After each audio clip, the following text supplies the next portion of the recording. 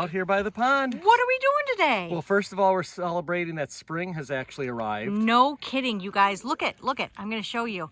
That thing right there, it's called the sun. Yeah, we have not seen the sun much, well, since forever. Anyways, it is finally starting to warm up. We're not in our coats. And it is also not raining. The pond level has come up because we've gotten some good rain. With all of the rain has come a lot of new water, and with the warmth, we're starting to see the nutrient load coming into the pond. We really have decreased the sediment. So although it looks very brown, I think that's actually more the stirring up of all of the muck, especially now that we've got the 4 aerators going, and so they're churning 24/7. And then we've had water coming in the 2 seasonal creeks that come into the pond. So that's good. So are you happy with this water level? I'm, you know what? I'm learning to be content at whatever water level there is. Oh my goodness, that sounds so zen I and know. so adult. Yeah. And so, how long is that going to last? Yeah, everybody who knows me knows that's a pile of, brown pond water. We'll say it that way. So, but I like to pretend anyways. So we're going to put in today, we're putting in the black pond dye. This is what we used the first time last year, and we were happiest with 4 quarts into the pond. 4 quarts for the whole pond? 4 quarts, yeah. And it's about a 4-acre pond? Yep, 1 acre of water, 4 to 6 feet deep for each quart. We used another pond dye the second time, and that we did not think worked as well at all. So we're back to this one. So we like this one. Yes. And so we're going to put it at each of the diffusers so that it kind of just disperses out. And we'll get before drone and during drone and then an after drone. Big excitement on the pond today is that we had for the first time 2 trumpeter swans. Well, that is exciting. So that was beautiful. They left, unfortunately. But that's okay because we would have scared them off by doing the boat anyways. Yeah. So then this weekend we will put in the 6-pound muck blocks. So we're going with 4 of them again. And we've got some additional bacteria. We're going to do a year-round treatment to see if we can get on top of things and really start driving the muck down. And then you can see on the shoreline all of this dead material. This was where the shoreline used to be. And so it's flooded up to here. Now all of that is dying. And guess what that turns into? Something good? Fish? Yeah, trout? Does it turn into trout? Yes, it turns into trout. Exactly. It's going to be a beautiful trout screen. No.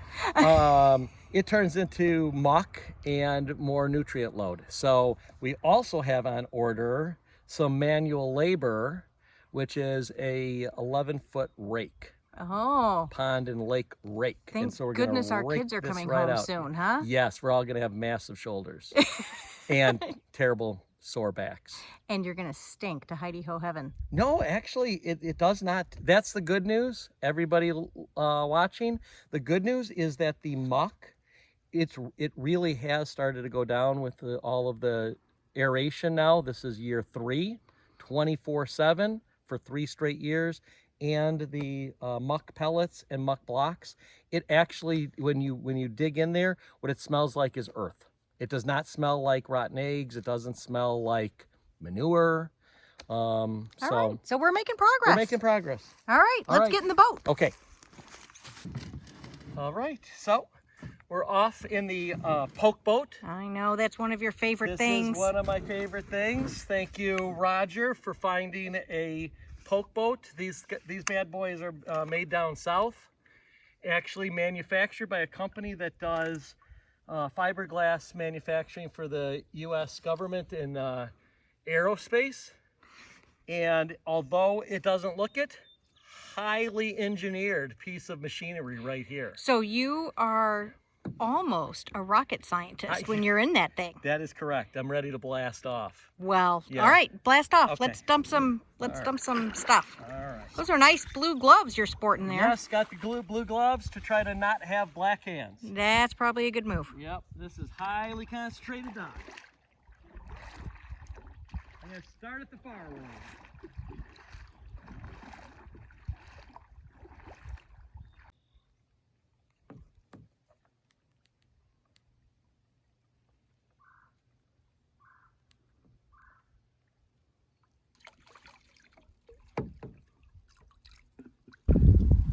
So I just wanted to have it so you can show people close up what it looks like. Looks like you dumped a big bottle of ink right there in our pond. Yep. Now, it really is just changing kind of how the light's gonna reflect off. And so you do this, or we do this. Yeah. You mostly do this. I video you doing this. Yep. Just for aesthetics? No, not entirely. That's the main thing. Like the color, like the as I said, it's not really a black. It's more of a darker gray usually, and I think that's because we've got such a brown base to start with, you know. So I like the color better than just a mud brown pond. But it also will cut down on the emergent weeds. Because they get less light? Because they get less light. It does block the light penetration. So, and then if we ever stock with fish, it'll also protect the fish a bit from predation from above. Got it. So, yeah. And how often do we have to do this? Well, it depends on rain. This pond does not have an overflow, so there is no come in and go out. It really is a seepage pond. It's a groundwater pond. It sits a little bit below the water table right here when we get adequate rain. But if we get too much rain, it just floods up the bank. There is no outflow. That does mean, though, then the pond dye lasts longer. If we had a constant stream of fresh water coming in and it going out, then you'd have to be doing this more frequently.